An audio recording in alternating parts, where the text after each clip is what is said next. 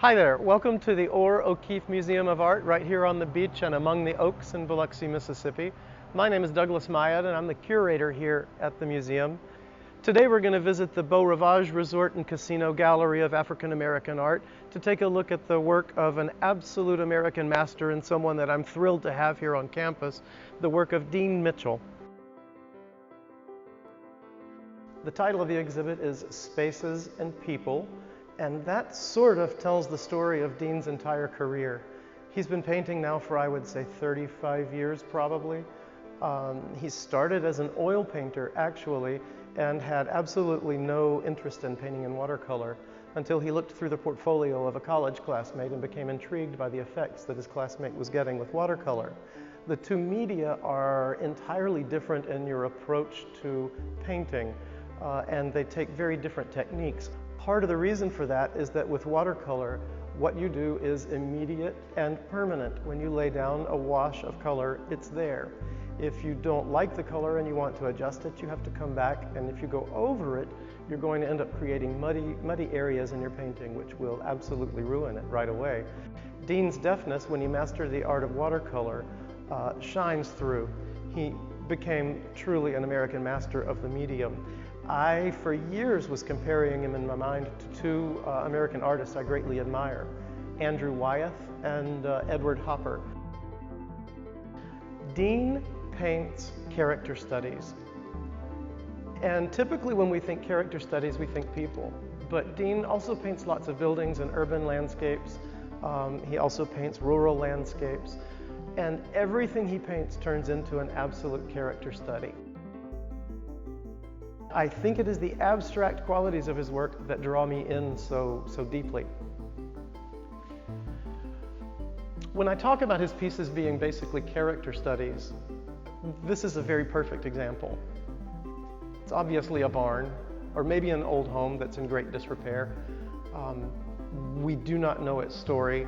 I think we're immediately drawn in by Dean's brilliant use of negative space.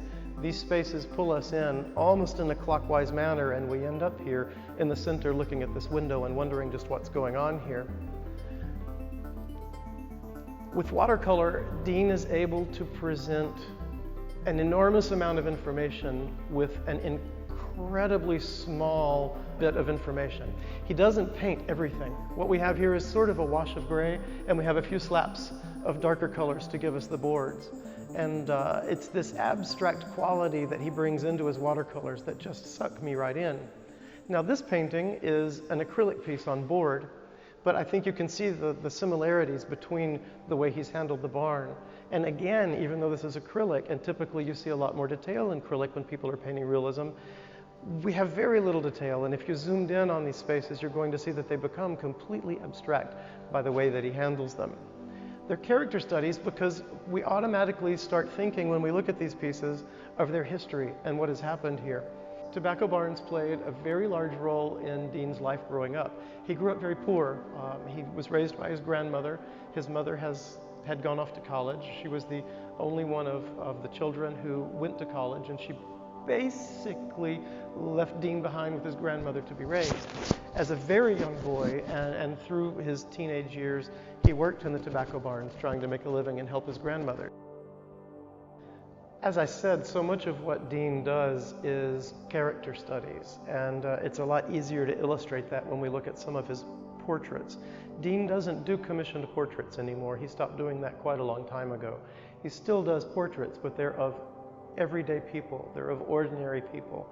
They're of people who are underprivileged. I'd like to read you a quote from Dean, which speaks to that a little bit. He says, "I think my paintings are often trying to elevate the underprivileged so I can convey a sense of their dignity and give them a voice in American society." I think in addition to that, he's giving them a voice in American art. These are people who would not have been celebrated not very long ago in the American art world. And Dean himself is kind of unique.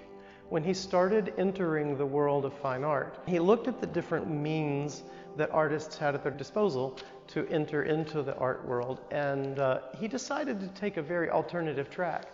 He entered all sorts of juried competitions all over the US, even in London. and I think his acceptance to the one in London was a turning point in his career. But he chose to do that rather than going the route of grants and that sort of thing, because when you fill out grant applications, they want to know who you are, where you went to school, and what your race is. And at the time Dean was coming up, there were not very many African-American artists painting, and he knew that that would be a detriment to his career development.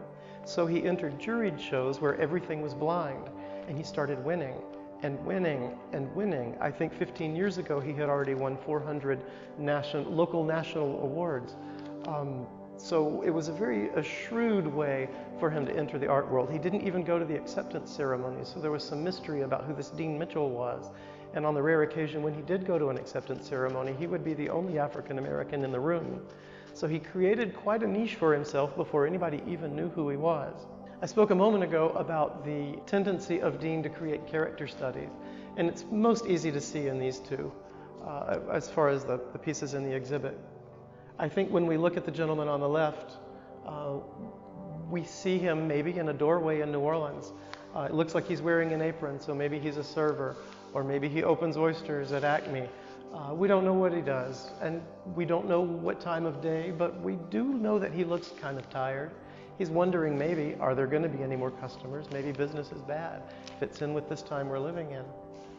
This is Miss Rowena. Miss Rowena became almost a surrogate grandmother for Dean after his grandmother passed away. He painted her many, many times, and each one of her portraits shows this incredible inherent dignity in her face. There's a lot of love that go into each of these paintings. New Orleans is a great love of Dean Mitchell. He's painted there for probably 30 years. He makes annual trips, and actually I think he makes 2, 3, 4 trips there a year to go and paint. One of the things that attracts him to New Orleans so greatly is its abstract quality, which is probably the reason I like these pieces as much as anything else that Dean does. Just looking at the rooftops here, and if you squint your eyes maybe a little bit, you simply see blocks of color, spaces. That negative space at the top, he didn't do almost anything with, or it looks like it went untouched. It's almost like a watercolor, even though this is an oil, because he's used that at the top, just like you would have in watercolor. In watercolor, to get white on the paper, you have to use the color of the paper. So you leave it untouched and you work around it. And a lot of the precision that's necessary to work with watercolor is what makes Dean's oils so captivating to my mind.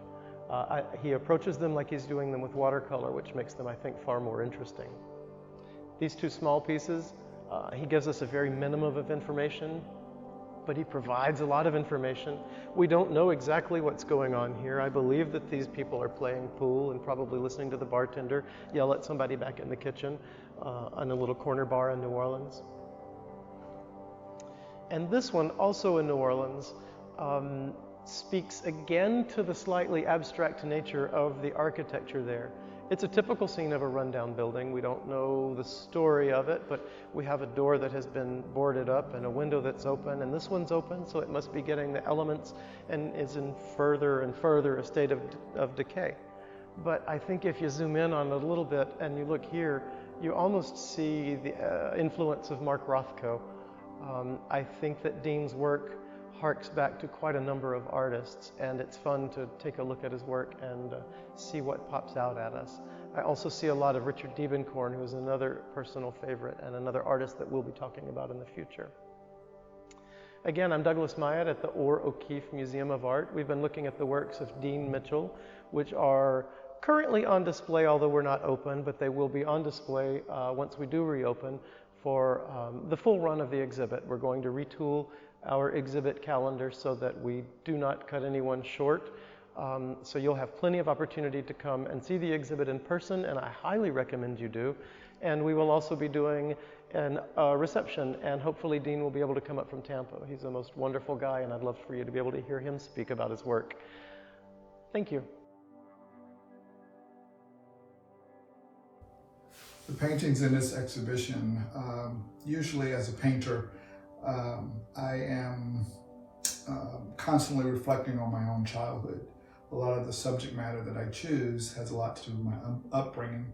I was raised by my grandmother, who was a single grandmother who raised me by herself, and she worked as a cook. and a cleaner in a lot of the wealthy homes in the South in a little town called Quincy, Florida.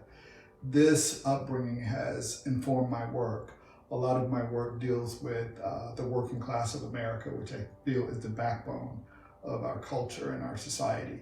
And my work focuses primarily on that because my grandmother worked for very little money, and I myself as a child worked in tobacco as a young boy and as a young teenager.